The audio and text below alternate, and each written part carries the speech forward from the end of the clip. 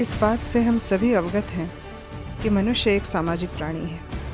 कहने का मतलब ये है कि इंसान सबके बीच और सबके साथ रहना चाहता है, इसलिए वो एक दूसरे से बात किए बिना नहीं रह सकता। अतः हम कह सकते हैं कि बातचीत या वार्तालाप हमारी दिनचर्या का एक अभिन्न हिस्सा है और इसी वार्तालाप या बातचीत को हम संवाद के नाम से जानते हैं। तो बच्चों, आप समझ गए होंगे कि आज हम संवाद लेखन के बारे में जानेंगे तथा उसकी बारीकियों को समझेंगे। आइए सबसे पहले हम संवाद शब्द का अर्थ समझ लेते हैं। संवाद दो शब्दों से मिलकर बना है, सम तथा वाद।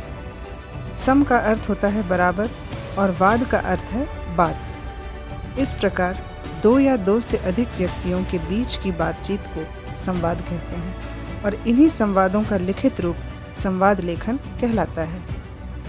किसी भी लेखन कार्य को प्रारंभ करने से पहले उसके नियमों के बारे में जानना आवश्यक है। तो आइए देखते हैं कि संवाद लिखते समय हमें किन किन बातों का ध्यान रखना चाहिए। सबसे पहले हमें ध्यान रखना है कि संवाद छोटे, रोचक और संक्षिप्त होने चाहिए। संवादों में क्रमबद्धता होनी चाहिए। संवाद की भाषा घटना, परिस्थिति तथा समय के अनुकूल होना चाहिए। संवाद लिखते समय विराम चिन्हों का उचित प्रयोग करना चाहिए।